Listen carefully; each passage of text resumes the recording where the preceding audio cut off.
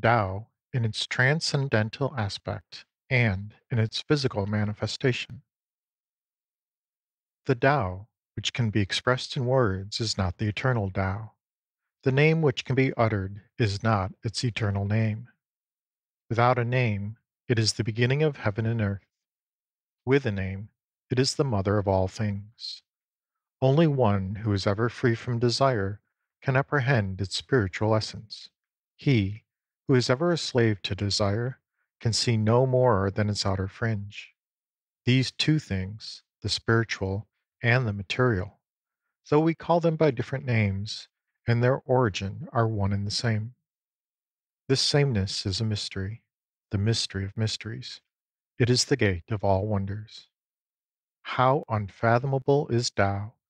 It seems to be the ancestral progenitor of all things. How pure and clear is Tao! It would seem to be everlasting. I know not of whom it is the offspring. It appears to have been anterior to any sovereign power. Tao eludes the sense of sight and is therefore called colorless. It eludes the sense of hearing and is therefore called soundless. It eludes the sense of touch and is therefore called incorporeal. These three qualities cannot be apprehended, and hence they may be blended into unity. Its upper part is not bright, and its lower part is not obscure. Ceaseless in action, it cannot be named, but returns again to nothingness. We may call it the form of the formless, the image of the imageless, the fleeting and the indeterminable. Would you go before it, you cannot see its face. Would you go behind it, you cannot see its back. The mightiest manifestations of active force flow solely from Tao. Tao in itself is vague, impalpable. How impalpable, how vague! Yet within it there is form. How vague, how impalpable! Yet within it there is substance. How profound, how obscure! Yet within it there is a vital principle. This principle is the quintessence of reality, and out of it comes truth. From of old until now, its name has never passed away. It watches over the beginning of all things. How do I know this about the beginning of things? Through Tao. There is something, chaotic yet complete, which existed before heaven and earth. Oh, how still it is and formless, standing alone without changing, reaching everywhere without suffering harm. It must be regarded as the mother of the universe. Its name I know not. To designate it, I call it Tao. Endeavoring to describe it, I call it great. Being great, it passes on. Passing on, it becomes remote. Having become remote, it returns. Therefore, Tao is great. Heaven is great. Earth is great. And the sovereign also is great. In the universe, there are four powers, of which the sovereign is one. Man takes his law from the earth takes its law from heaven, heaven takes its law from Tao. But the law of Tao is its own spontaneity. Tao, in its unchanging aspect, has no name. Small though it be in its primordial simplicity, mankind dare not claim its service. Could princes and kings hold and keep it, all creation would spontaneously pay homage. Heaven and earth would unite in sending down sweet dew, and the people would be righteous unbidden and of their own accord. As soon as Tao creates order, it becomes nameable. When it once has a name, men will know how to rest in it. Knowing how to rest in it, they will run no risk of harm. Tao, as it exists in the world, is like the great rivers and seas which receive the streams from the valleys. All pervading is the great Tao. It can be at once on the right hand and on the left. All things depend on it for life, and it rejects them not. Its task accomplished, it takes no credit. It loves and nourishes all things, but does not act as master. It is ever free from desire. We may call it small. All things return to it, yet it does not act as master. We may call it great. The whole world will flock to him who holds the mighty form of Tao. They will come and receive no hurt, but find rest, peace, and tranquility. With music and dainties, we may detain the passing guest, but if we open our mouths to speak of Tao, he finds it tasteless and insipid. Not visible to the sight, not audible to the ear, in its use it is inexhaustible. Retrogression is the movement of Tao. Weakness is the character of Tao.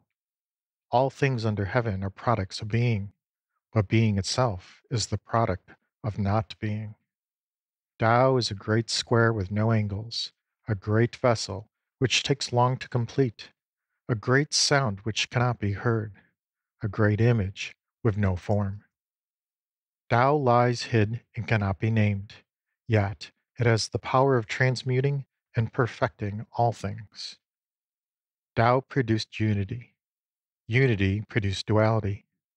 Duality produced trinity, and trinity produced all existing objects. These myriad objects leave darkness behind them and embrace the light, being harmonized by contact with a vital force. Tao produces all things. Its virtue nourishes them. Each is formed according to its nature. Each is perfected according to its strength. Hence, there is not a single thing but pays homage to Tao and extols its virtue. This homage paid to Tao, this extolling of its virtue, is due to no command, but is always spontaneous. Thus it is that Tao, engendering all things, nourishes them, develops them, and fosters them, perfects them, ripens them, tends them, and protects them. Production without possession, action without self assertion, development without domination. This is its mysterious operation. The world has a first cause, which may be regarded as the mother of the world. When one has found the mother, one can know the child. Knowing the child and still keeping the mother, to the end of his days he shall suffer no harm. It is the way of heaven not to strive, and yet it knows how to overcome. Not to speak, and yet it knows how to obtain a response. It calls not, and things come of themselves. It is slow to move, but excellent in its designs. Heaven's net is vast. Though its meshes are wide, it lets nothing slip through. The way of heaven is like the drawing of a bow. It brings down what is high and raises what is low. It is the way of heaven to take from those who have too much and give to those who have too little. But the way of man is not so. He takes away from those who have too little to add to his own superabundance. What man is there that can take of his own superabundance and give it to mankind? Only he who possesses Tao. The Tao of heaven has no favorites. It gives to all good men without distinction. Things wax strong and then decay. This is the contrary of Tao. What is contrary to Tao soon perishes. Tao as a moral principle or virtue. The highest goodness is like water, for water is excellent in benefiting all things, and it does not strive. It occupies the lowest place which men abhor, and therefore it is near akin to Tao. When your work is done and fame has been achieved, then retire into the background, for this is the way of heaven. Those who follow the way desire not excess, and thus without excess they are forever exempt from change. All things alike do their work, and then we see them subside. When they have reached their bloom, each returns to its origin. Returning to their origin means rest or fulfillment of destiny. This reversion is an eternal law. To know that law is to be enlightened. Not to know it is misery and calamity. He who knows the eternal law is liberal minded. Being liberal minded, he is just. Being just, he is kingly. Being kingly, he is akin to heaven. Being akin to heaven, he possesses Tao. Possessed of Tao, he endures forever. Though his body perish, yet he suffers no harm. He who acts in accordance with Tao becomes one with Tao. He who treads the path of virtue becomes one with virtue. He who pursues a course of vice becomes one with vice. The man who is one with Tao, Tao is also glad to receive. The man who is one with virtue, virtue is also glad to receive. The man who is one with vice, vice is also glad to receive. He who is self approving does not shine. He who boasts has no merit. He who exalts himself does not rise high. Judged according to Tao, such conduct is like that of a glutton, an object of universal disgust. Therefore, one who has Tao will avoid it. Perfect virtue is unconscious of itself as virtue, and therefore it is true virtue. Inferior virtue tries not to fall short of virtue, and therefore it is not virtue at all. Perfect virtue is inactive, having no need to act. Inferior virtue acts feeling the need to do so. Perfect charity operates without the need of anything to evoke it. Perfect righteousness operates but needs to be evoked. Perfect propriety operates, and if there is no response, it resorts to force. When Tao is lost, virtue appears. When virtue is lost, charity appears. When charity is lost, righteousness appears. When righteousness is lost, propriety appears. Propriety is but the veneer of loyalty and good faith, while oft times the source of disorder. Foreknowledge is but a showy ornament of Tao, while oft times the beginning of imbecility. Therefore, the truly great man takes his stand upon what is solid, and not upon what is superficial, upon what is real, and not upon what is ornamental. He rejects the latter in favor of the former. When the superior scholar hears of Tao, he diligently practices it. When the average scholar hears of Tao, he sometimes retains it, sometimes loses it. When the inferior scholar hears of Tao, he loudly laughs at it. Were it not thus ridiculed, it would not be worthy of the name of Tao. He who is enlightened by Tao seems wrapped in darkness. He who is advanced in Tao seems to be going back. He who walks smoothly in Tao seems to be on a rugged path. The man of highest virtue appears lowly.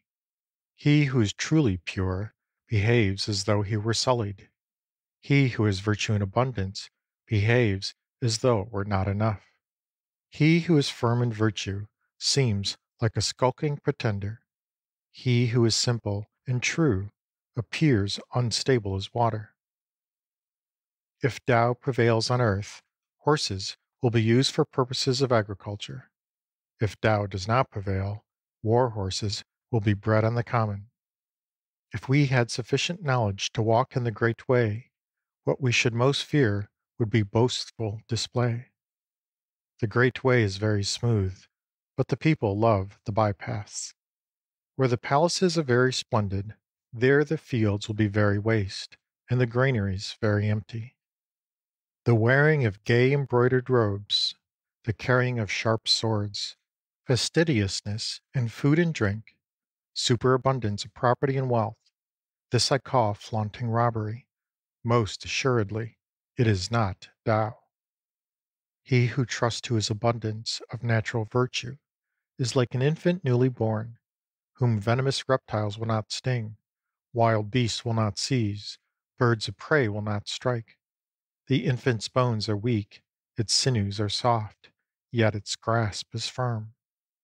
All day long it will cry without its voice becoming hoarse. This is because the harmony of its bodily system is perfect.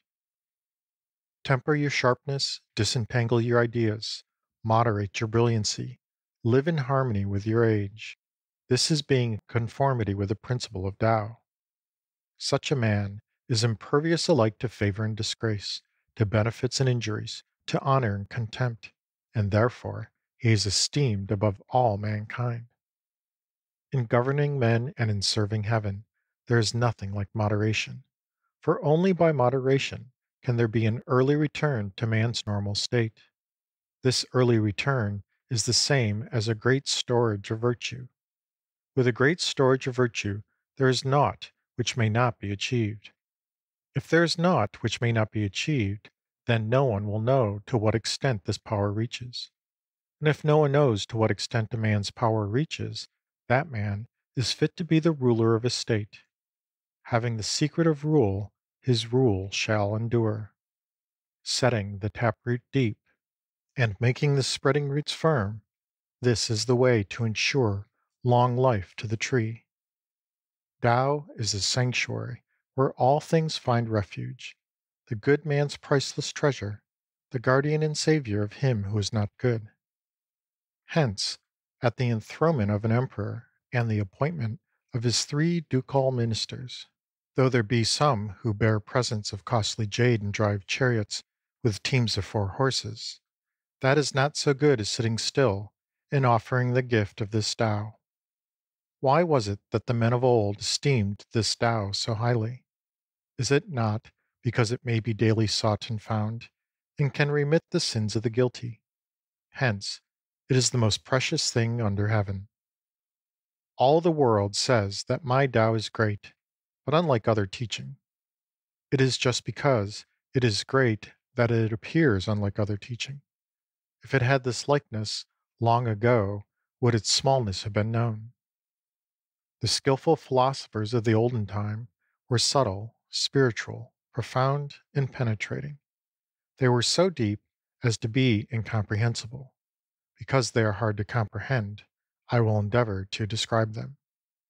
Shrinking were they, like one fording a stream in winter. Cautious were they, like one who fears an attack from any quarter. Circumspect were they, like a stranger guest. Self-effacing, like ice about to melt. Simple, like unpolished wood. Vacant, like a valley. Opaque, like muddy water. When terms are made after a great quarrel, a certain ill feeling is bound to be left behind. How can this be made good? Therefore, having entered into an agreement, the sage adheres to his obligations, but does not exact fulfillment from others. The man who has virtue attends to the spirit of the compact. The man without virtue attends only to his claims. He who tries to govern a kingdom by his sagacity is of that kingdom the despoiler. But he who does not govern by sagacity is the kingdom's blessing. He who understands these 2 sayings finds in them a pattern and a model. To keep this pattern constantly in mind is called profound virtue. Profound virtue is unfathomable, far reaching, the reverse of things as they are, but leading to perfect conformity with nature. The doctrine of inaction. The sage occupies himself with inaction and conveys instruction without words. Is it not by neglecting self-interest that one will be able to achieve it? Purge yourself of your profound intelligence, and you can still be free from blemish. Cherish the people and order the kingdom, and you can still do without meddlesome action. Who is there that can make muddy water clear? But if allowed to remain still, it will gradually become clear of itself. Who is there that can secure a state of absolute repose? But let time go on, and the state of repose will gradually arise. Be sparing of speech, and things will come right of themselves. A violent wind does not outlast the morning. A squall of rain does not outlast the day. Such is the course of nature. And if nature herself cannot sustain her efforts long, how much less can man? Attain complete vacuity, and sedulously preserve a state of repose. Tao is eternally inactive, and yet it leaves nothing undone. If kings and princes could but hold fast to this principle, all things would work out their own reformation. If, having reformed, they still desired to act, I would have them restrained by the simplicity of the nameless Tao. The simplicity of the nameless Tao brings about an absence of desire. The absence of desire gives tranquility, and thus the empire will rectify itself. The softest things in the world override the hardest. That which has no substance enters where there is no crevice. Hence, I know the advantage of inaction. Conveying lessons without words, reaping profit without action. There are few in the world who can attain this.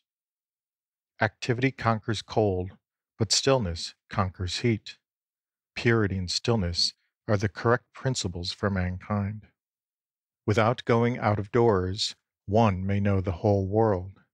Without looking out of the window, one may see the way of heaven. The further one travels, the less one may know. Thus, it is that without moving you shall know, without looking you shall see, without doing you shall achieve. The pursuit of book learning brings about daily increase. The practice of Tao brings about daily loss. Repeat this loss again and again, and you arrive at inaction. Practice inaction, and there is nothing which cannot be done. The empire has ever been won by letting things take their course. He who must always be doing is unfit to obtain the empire. Keep the mouth shut, close the gateways of sense, and as long as you live, you will have no trouble. Open your lips and push your affairs, and you will not be safe to the end of your days. Practice inaction. Occupy yourself with doing nothing.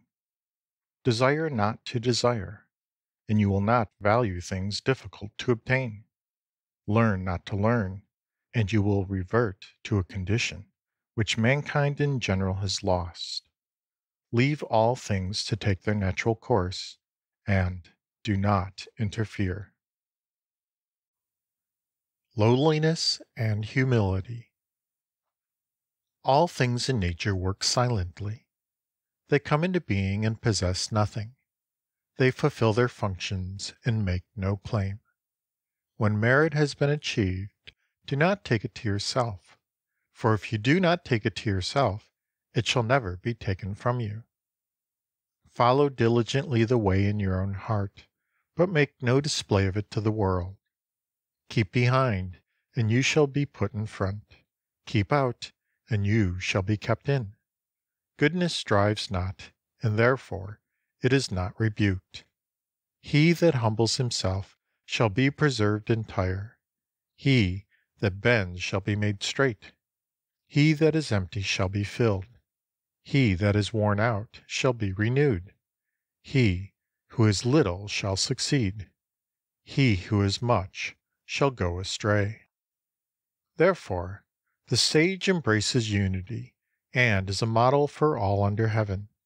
He is free from self-display, therefore he shines forth; from self-assertion, therefore he is distinguished; from self-glorification, therefore he has merit; from self-exaltation, therefore he rises, superior to all. Inasmuch he does not strive, there is no one in the world who can strive with him. He who, conscious of being strong, is content to be weak, he shall be a channel for the waters of the world, and virtue will never desert him. He returns to the state of a little child. He who, conscious of his own light, is content to be obscure, he shall be the whole world's model. Being the whole world's model, his virtue will never fail. He reverts to the absolute. He who, conscious of desert, is content to suffer disgrace, he shall be the cynosure of mankind. Being the cynosure of mankind, his virtue then is full. He returns to primal simplicity. He who is great must make humility his base. He who is high must make lowliness his foundation. Thus, princes and kings, in speaking of themselves, use the terms lonely, friendless, of small account. Is not this making humility their base? Thus it is that some things are increased by being diminished, others are diminished by being increased. What others have taught, I also teach.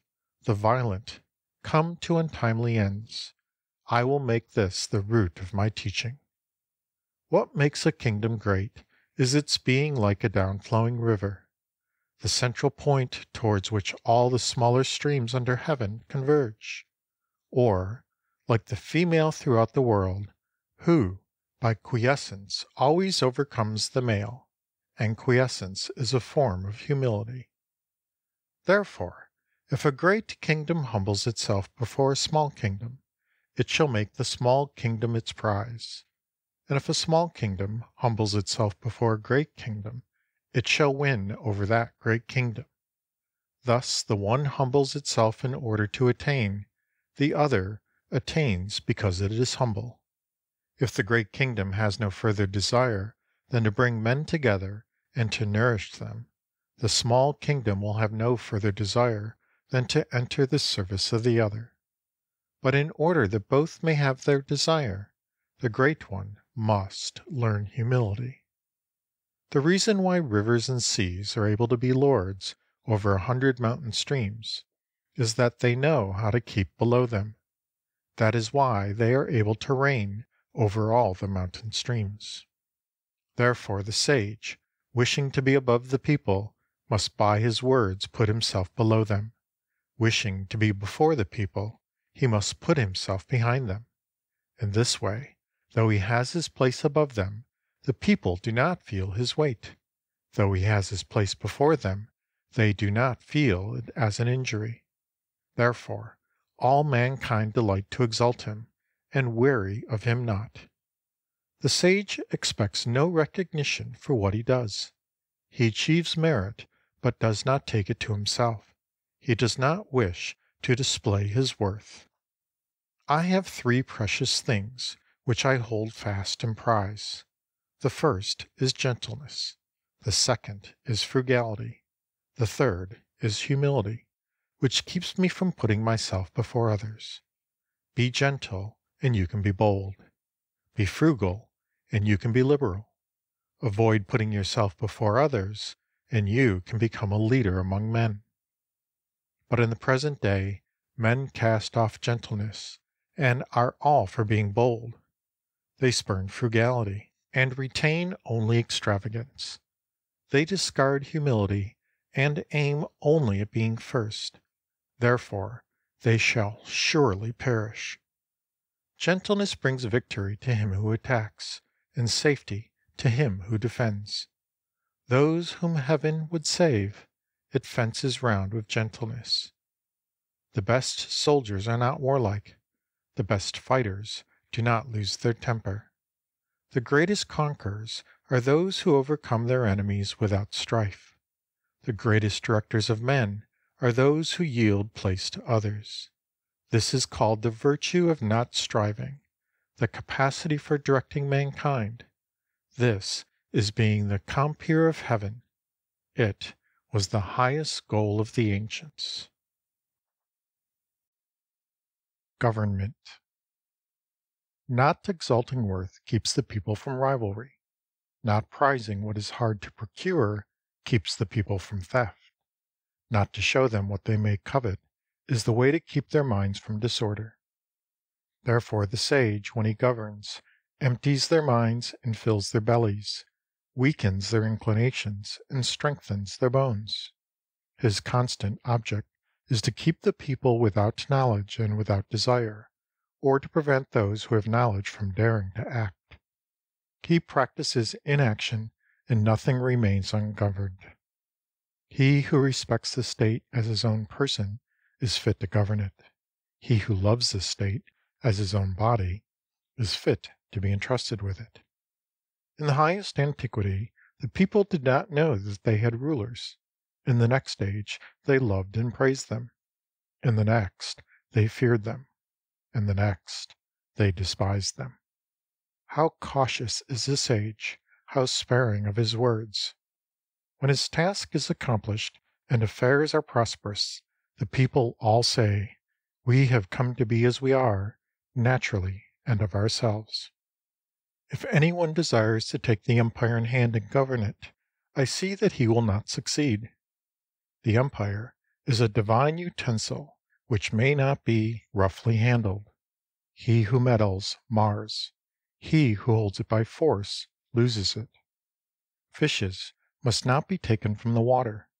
The methods of government must not be exhibited to the people. Use uprightness in ruling a state. Employ indirect methods in waging war. Practice non-interference in order to win the empire. Now this is how I know what I lay down. As restrictions and prohibitions are multiplied in the empire, the people grow poorer and poorer. When the people are subjected to overmuch government, the land is thrown into confusion.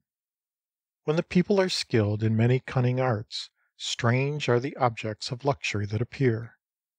The greater the number of laws and enactments, the more thieves and robbers there will be.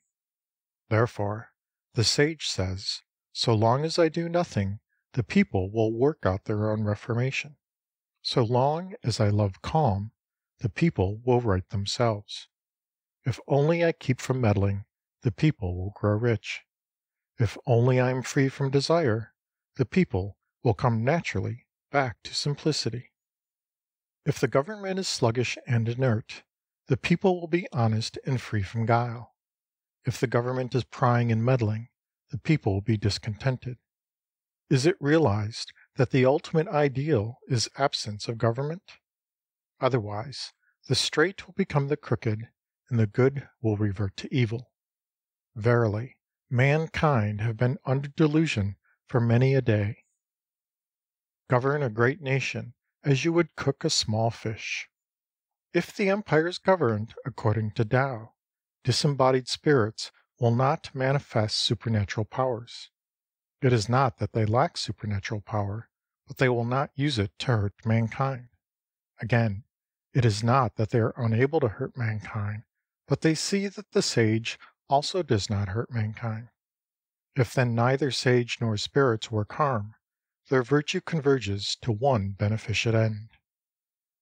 In ancient times, those who knew how to practice Tao did not use it to enlighten the people, but rather to keep them ignorant. The difficulty of governing the people arises from their having too much knowledge. If the people do not have to fear the majesty of the law, a greater majesty will take its place. Do not confine them within too narrow bounds. Do not make their lives too weary. For if you do not weary them of life, then they will not grow weary of you. If the people do not fear death, what good is there in using death as a deterrent? But if the people are brought up in fear of death, regarding it as something unusual, and we can take and execute them, which of us will dare to do it? Now, there is always one who presides over the infliction of death. The man who would take his place and himself inflict death is like one who should try to do the work of a master carpenter. And of those who try the work of a master carpenter, there are few who do not cut their own hands. The people starve because those in authority over them devour too many taxes. That is why they starve. The people are difficult to govern because those placed over them are meddlesome. That is why they are difficult to govern. The people despise death because of their excessive labor in seeking the means of life. That is why they despise death. A sage has said, "He who can take upon himself the nation's shame is fit to be lord of the land. He who can take upon himself the nation's calamities is fit to be ruler over the empire." Were I a ruler of a little state with a small population, and only 10 or 100 men available as soldiers, I would not use them. I would have the people look on death as a grievous thing, and they should not travel to distant countries. Though they might possess boats and carriages, they should have no occasion to ride in them. Though they might own weapons and armor, they should have no need to use them. I would make the people return to the use of knotted cords. They should find their plain food sweet, their rough garments fine. They should be content with their homes and happy in their simple ways. If a neighboring state was within sight of mine, nay, if we were close enough to hear the crowing of each other's cocks and the barking of each other's dogs, the two peoples should grow old and die without there ever having been any mutual intercourse. War. He who serves a ruler of men in harmony with Tao will not subdue the empire by force of arms. Such a course is wont to bring retribution in its train. Where troops have been quartered, brambles and thorns spring up. In the track of great armies there must follow lean years. The good man wins a victory and then stops. He will not go on to acts of violence. Winning, he boasteth not. He will not triumph. He shows no arrogance. He wins because he cannot choose. After his victory, he will not be overbearing. Weapons, however beautiful, are instruments of ill omen, hateful to all creatures. Therefore, he who has Tao will have nothing to do with them. Where the princely man abides, the weak left hand is in honor. But he who uses weapons honors the stronger right. Weapons are instruments of ill omen. They are not the instruments of the princely man, who uses them only when he needs must. Peace and tranquillity are what he prizes. When he conquers, he is not elate. To be elate were to rejoice in the slaughter of human beings, and he who rejoices in the slaughter of human beings is not fit to work his will in the empire. On happy occasions the left is favored, on sad occasions the right. The second in command has his place on the left, the general in chief on the right. That is to say, they are placed in the order observed at funeral rites, and, indeed, he who has exterminated a great multitude of men should bewail them with tears and lamentation. It is well that those who are victorious in battle should be placed in the order of funeral rites. A certain military commander used to say, "I dare not act the host. I prefer to play the guest. I dare not advance an inch. I prefer to retreat a foot." There is no greater calamity than lightly engaging in war. Lightly to engage in war is to risk the loss of our treasure. When opposing warriors join in battle, he who has pity conquers. Paradoxes. Among mankind, the recognition of beauty as such implies the idea of ugliness, and the recognition of good implies the idea of evil. There is the same mutual relation between existence and non-existence in the matter of creation, between difficulty and ease in the matter of accomplishing, between long and short in the matter of form, between high and low in the matter of elevation, between treble and bass in the matter of musical pitch, between before and after in the matter of priority. Nature is not benevolent. She treats all created things like the straw dogs we use at sacrifices. The sage is not benevolent. He looks upon the people in the same way. The space between heaven and earth, is it not like a bellows? It is empty, yet inexhaustible. When it puts in motion, more and more comes out. Heaven and earth are long-lasting. The reason why heaven and earth can last long is that they live not for themselves, and thus they are able to endure. 30 spokes unite in one nave. The utility of the cart depends on the hollow center in which the axle turns.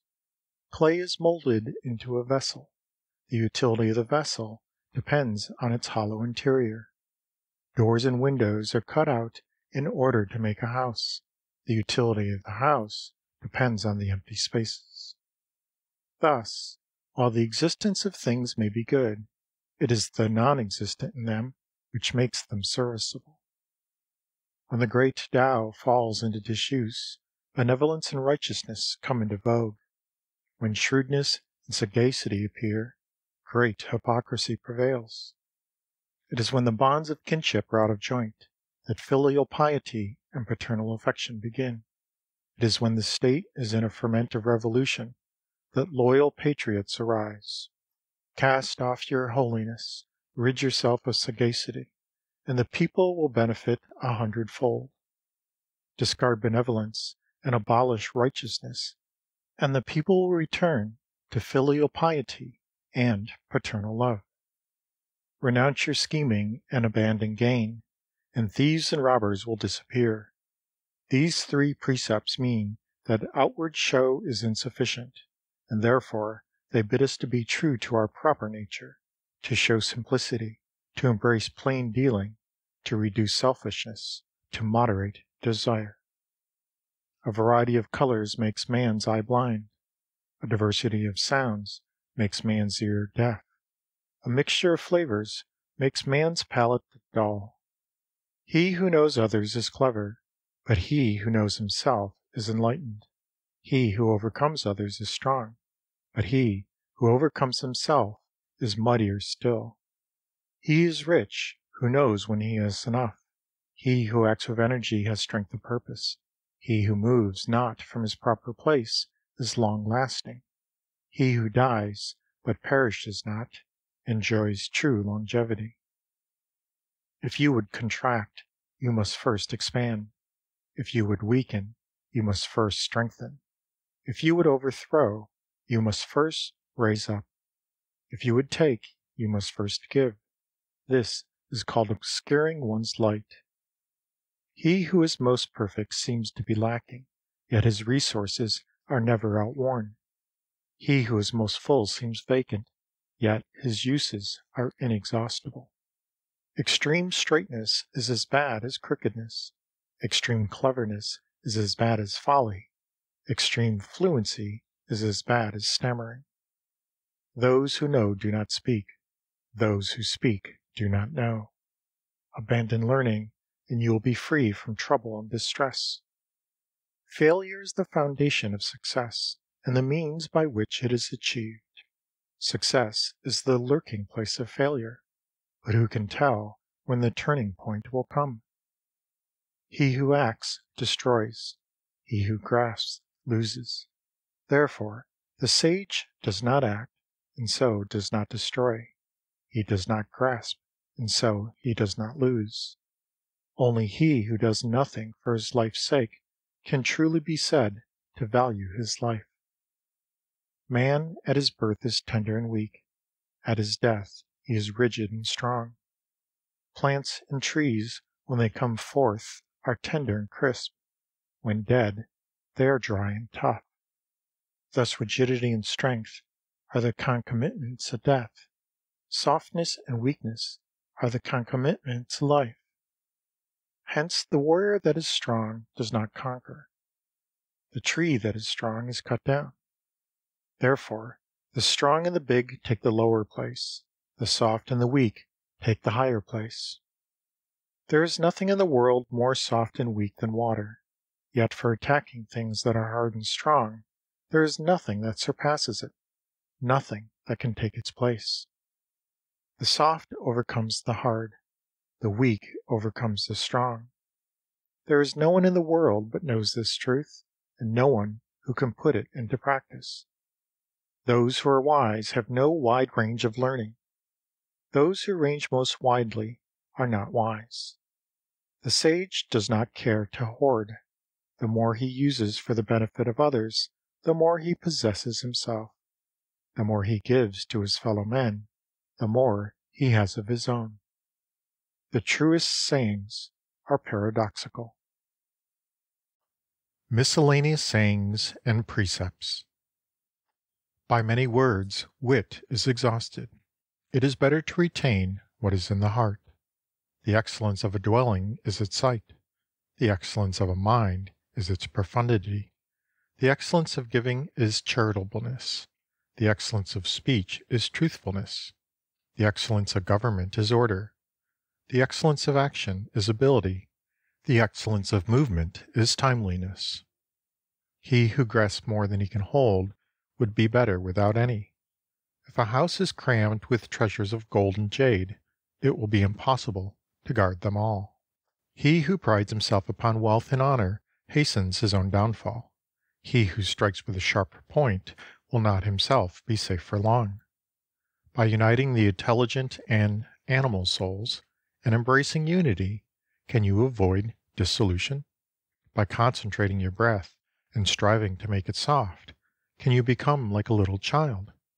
By purifying your spiritual vision, can you become without a flaw. The sage attends to the inner and not to the outer. He puts away the objective and holds to the subjective. Between yes and yea, how small the difference! Between good and evil, how great the difference! What the world reverences may not be treated with disrespect. He who has not faith in others shall find no faith in them. To see oneself is to be clear of sight. Mighty is he who conquers himself. He who raises himself on tiptoe cannot stand firm. He who stretches his legs wide apart cannot walk. Racing and hunting excite man's heart to madness. The struggle for rare possessions drives a man to actions injurious to himself.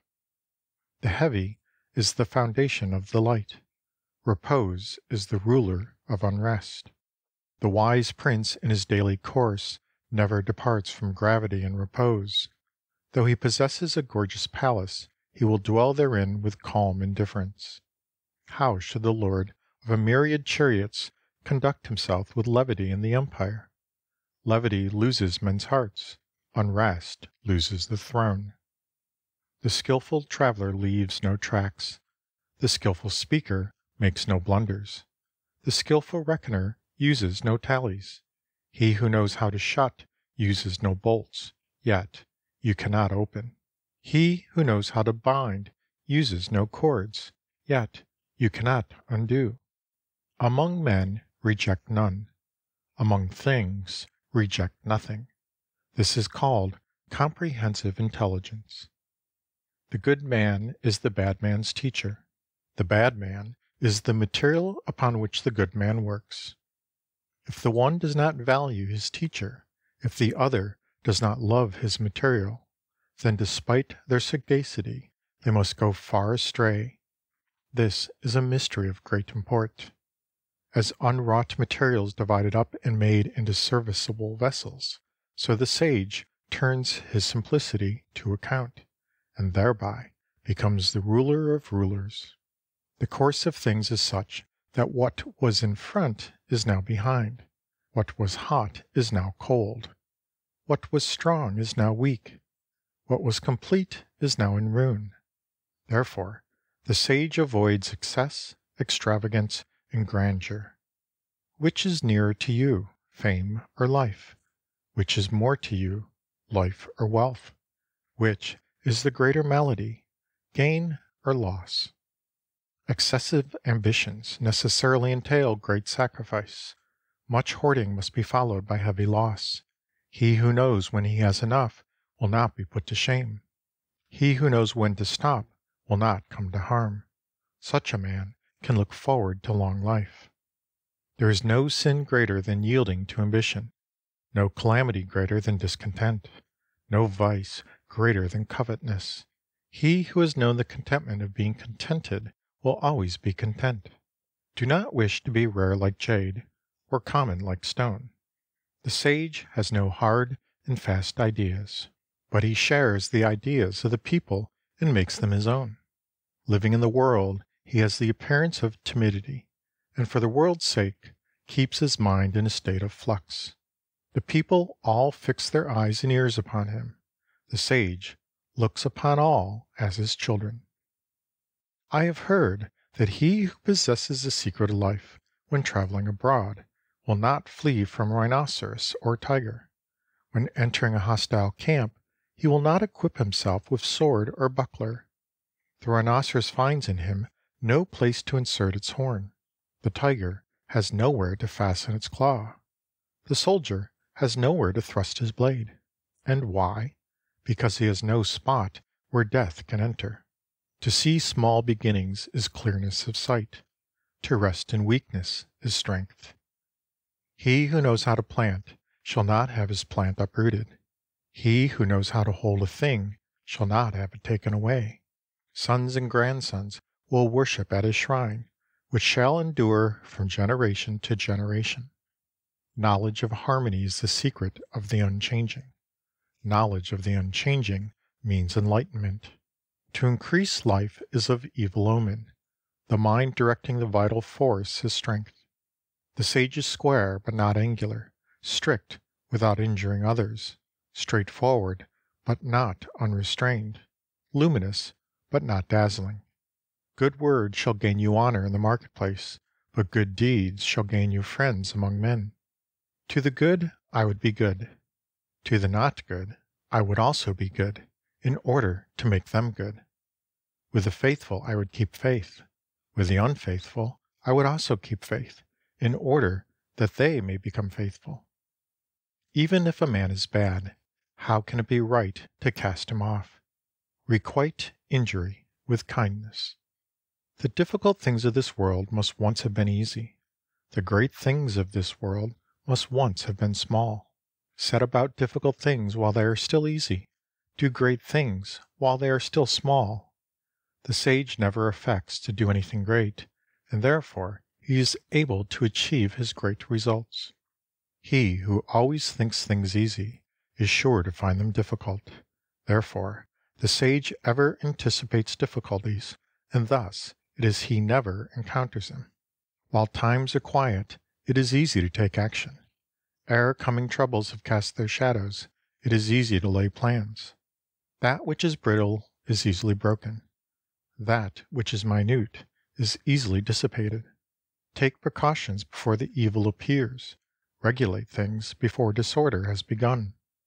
The tree which needs 2 arms to span its girth sprang from the tiniest shoot. Yon tower, 9 stories high, rose from a little mound of earth. A journey of 1,000 miles began with a single step. A great principle cannot be divided.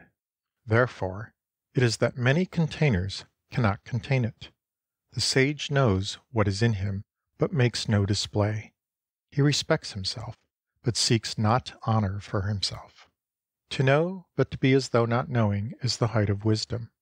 Not to know, and yet to affect knowledge, is a vice. If we regard this vice as such, we shall escape it. The sage has not this vice. It is because he regards it as a vice that he escapes it. Use the light that is in you to revert to your natural clearness of sight. Then the loss of the body is unattended by calamity. This is called doubly enduring. In the management of affairs, people constantly break down just when they are nearing a successful issue. If they took as much care at the end as at the beginning, they would not fail in their enterprises. He who lightly promises is sure to keep but little faith. He whose boldness leads him to venture will be slain. He who is brave enough not to venture will live. Of these two, one has the benefit, the other has the hurt. But who is it that knows the real cause of heaven's hatred? This is why the sage finds it difficult to act. The violent and stiff-necked die not by a natural death. True words are not fine. Fine words are not true. The good are not contentious. The contentious are not good. This is the way of heaven, which benefits and injures not. This is the way of the sage, in whose actions there is no element of strife. Lao Tzu on himself. Alas, the barrenness of the age has not yet reached its limit. All men are radiant with happiness, as if enjoying a great feast, as if mounted on a tower in spring. I alone am still, and give as yet no sign of joy. I am like an infant which has not yet smiled, forlorn as one who has nowhere to lay his head. Other men have plenty, while I alone seem to have lost all.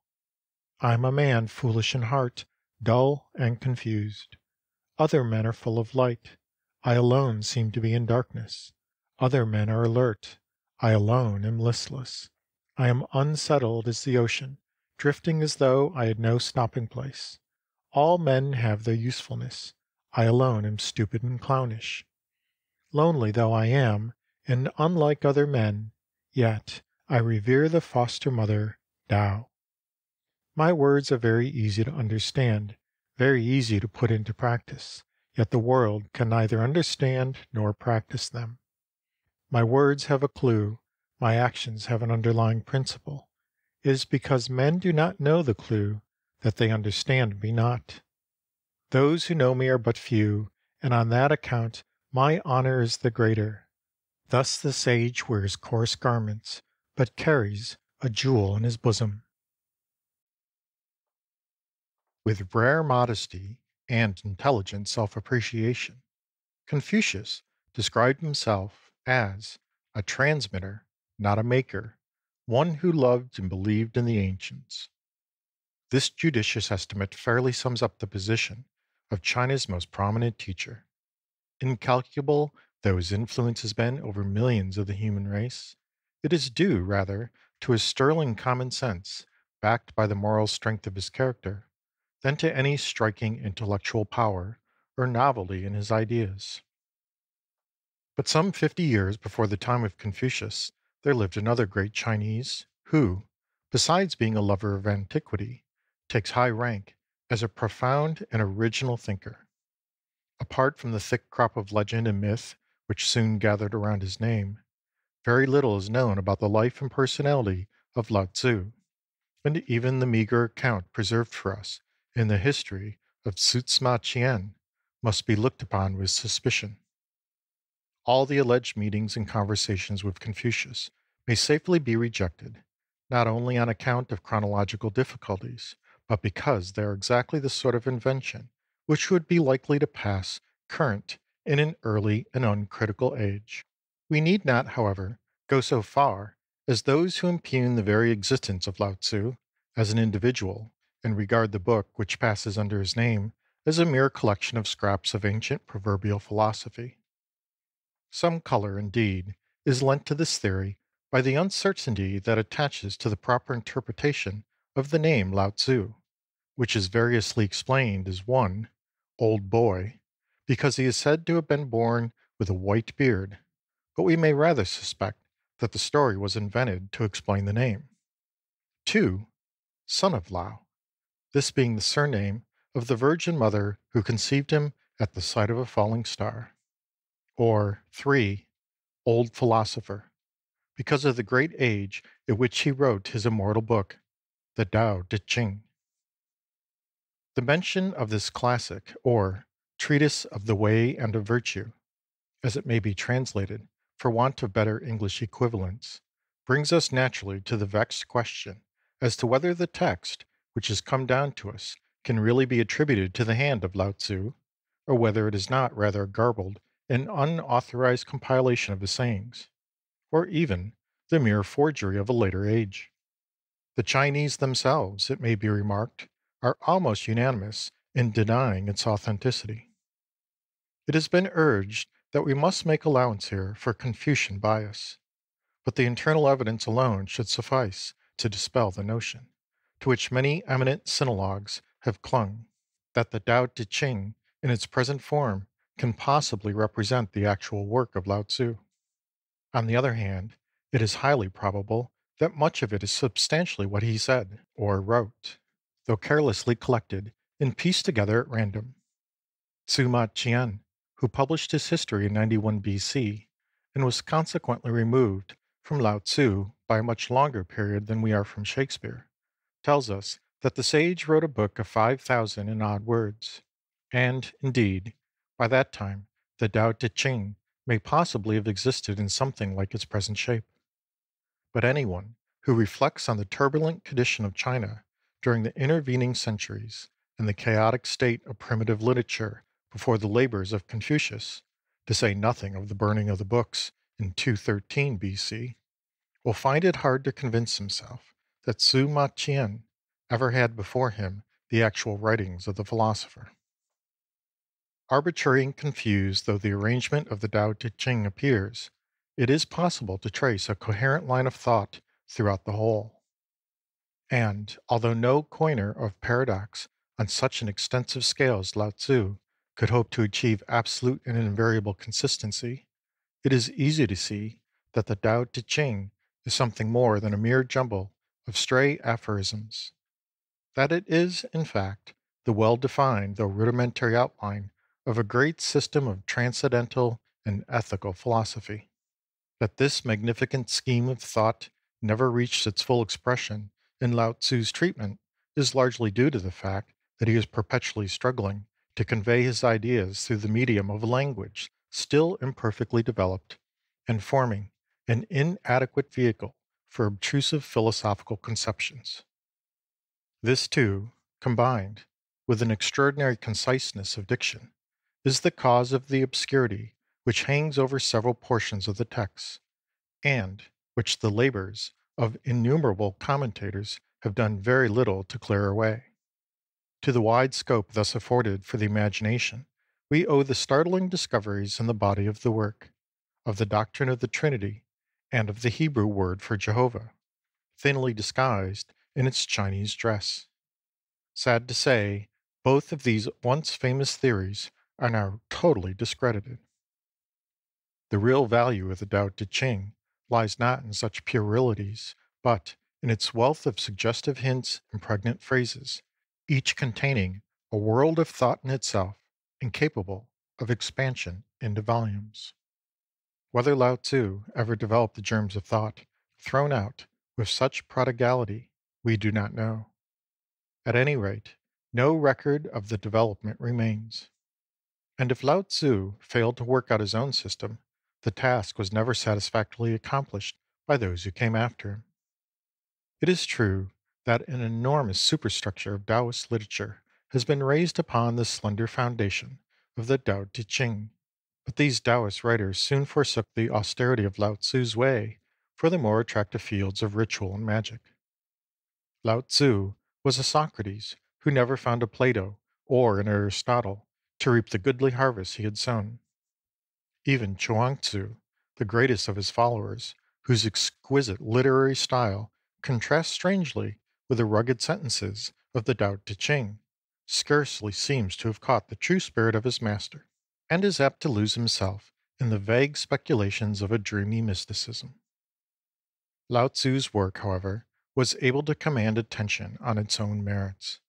It was first officially recognized as a canon, or classic, under the Emperor Qing Ti (BC 156 to 140) of the Han Dynasty, after which the study of Tao survived many vicissitudes, being now under a cloud and now again in high favor at court. One emperor was in the habit of holding forth on the doctrines of Lao Tzu before his assembled ministers, and would forthwith degrade anyone who stretched, yawned, or spat during his discourse. Another published an edition of the Tao Te Ching, which described in the preface as the root of all things, the teacher of kings, and the most precious jewel of the public. The first emperor of the latter Qin dynasty asked if Tao was of any use in government. Chang Chiang-ming told him that with Tao a corpse could govern the empire. By successive edicts, the Tao Te Ching was made obligatory at the examination for graduates of the second degree. Everyone was required to possess a copy of the work, and it was cut on stone at both capitals. Later on, printed copies were distributed to all directors of education, and it was translated into the language of New Chen Tatars. Finally, Kublai Khan ordered all Taoist books to be burnt, with the exception of the Tao Te Ching, thus showing a just appreciation of the gulf separating Lao Tzu from the later writers on Tao. In view of the disjointed and inartistic character of the work, and its antagonism to many of the principles of orthodox Confucianism, it is a small wonder that native scholars, with true Chinese subordination of matter to form, seldom profess to hold it in great esteem, and indeed, its qualities are not such as would strongly appeal to an essentially hard headed and materialistic race. Yet, on reflection, it will certainly appear that the teaching of Lao Tzu has not been barren of practical results. The great political lesson of laissez faire is one that the Chinese people has well assimilated and perhaps carried to excess. It may even be said to impregnate their national life more thoroughly than any doctrine of Confucius. From two great evils of modern civilization, the bane of over legislation and the pest of meddlesome and overbearing officialdom, China is remarkably free, and in few other countries does the individual enjoy such absolute liberty of action. Thus, on the whole, The Chinese may be said to have adopted Lao Tzu's main principles of government with no small success. It is hard to believe that a rigidly despotic empire, encumbered with an irksome array of laws and statutes, could have remained homogeneous and intact throughout so lengthy a period. Who can doubt that the enormous bulk of China has managed to defy the disintegrating action of time by reason of its very inertness and placidity? It has been suggested that Lao Tzu may have reached this doctrine of non interference by observing that the supreme power, Tao, governs the universe by fixed laws, and yet leaves to man an apparently unrestricted freedom of will. Be this as it may, he was undoubtedly the first man to preach the gospel of peace and intelligent inaction, being in this, as in many other respects, far in advance of his age. In those troublesome times when the land was torn by internecine feuds and the spirit of materialism was rife, it is not a little remarkable to find him expressing unqualified abhorrence of war, though, to be sure, this was but the logical outcome of his system of quietism. Few can help being struck by the similarity of tone between the sayings of Lao Tzu and the gospel enunciated 6 centuries later by the Prince of Peace. There are two famous utterances in particular which secure to Lao Tzu the glory of having anticipated the lofty morality of the Sermon on the Mount. The cavaliers who would rank the golden rule of Confucius below that of Christ will find it hard to get over the fact that Lao Tzu said, "Requite injury with kindness," and "To the not good I would be good in order to make them good." It was 150 years later that Plato reached the same conclusion in the first book of the Republic. It is interesting to observe certain points of contact between Lao Tzu and the early Greek philosophers. He may be compared both with Parmenides, who disparaged sense knowledge and taught the existence of the One, as opposed to the many, and with Heraclitus, whose theory of the identity of contraries recalls some of our sages' paradoxes. But it is when we come to Plato that the most striking parallels occur. It has not escaped notice that something like the Platonic doctrine of ideas is discoverable in the forms which Lao Tzu conceives as residing in Tao. But, so far as I know, no one has yet pointed out what a close likeness Tao itself bears to that curious abstraction which Plato calls the idea of the good. The function and attributes of this grandiose conception are not set forth quite so fully or clearly as those of Tao, but it certainly covers a great deal more than the ordinary moral connotation of our word good. It is at once the creative and sustaining cause of the universe, the condition of all knowledge, and the summum bonum, or supreme object, of man's desire. Being a metaphysical entity, it cannot be perceived by the eye or ear of sense, and is therefore ridiculed by the inferior man of little intelligence, while only the few can enter into close communion with it. Now, all of this might stand equally well as a description of Tao. On the other hand, the inactivity and repose, which are so insisted on by the Chinese thinker as the primary characteristics of Tao, would have been less intelligible to the Greek and seem to bring us nearer to Buddhism. The lack of reliable information about Lao Tzu is very disappointing. One cannot help wishing that some of the less important details touching the life of Confucius could be exchanged for an authentic personal account, however brief, of his older contemporary.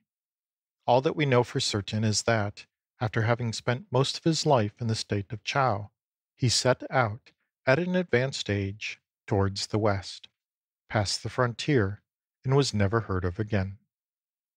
Thus, Lao Tzu's gigantic figure looms but indistinctly through the mist of ages, and to gather some idea of his personality, we must be content to fall back on his own rough hewn sentences. There is one striking passage in which he describes himself, half sarcastically and half in earnest, as a dullard and a clown compared with ordinary men, and this he seems to indicate is the result of his adherence to Tao. These words, evidently written in great bitterness of spirit, may have been wrung from him by a sense of his failure to convert the careless generation which would have none of the Tao he venerated as the most precious thing under heaven. In showing himself, the man of Tao, in such a disadvantageous light, his meaning was probably much the same as that of Plato in the allegory of the cave, where he depicts the blindness and bewilderment of those who descend once more into the darkness of their prison after having contemplated the dazzling brilliance of the sun. Lao Tzu's despondency would have been greater still could he have foreseen how his pure and idealistic teaching was destined to be dragged in the mire of degrading superstition, which, for centuries, has made Taoism a byword of reproach. Though frequently described as one of the three religions of China, this cult is really little more than an inextricable mass of jugglery and fraud, absorbed from various popular beliefs and other sources, including even the rival creed of Buddhism, and conducted by a body of priests recruited from the very dregs of the empire. Such a fate, however, is less to be wondered at than deplored, seeing that the great founder himself took no pains to establish a practicable system. He propounded lofty sentiments and neglected the homely details, without which his ideas could not bear fruit. Moreover, when all is said and done, idealism can never hope to hold its own in human affairs, until indeed the new era dawns of which Plato dreamed long ago, and this world of ours becomes ripe for the dominion of philosopher kings. Wilcott Road, Acton, June 21, 1904.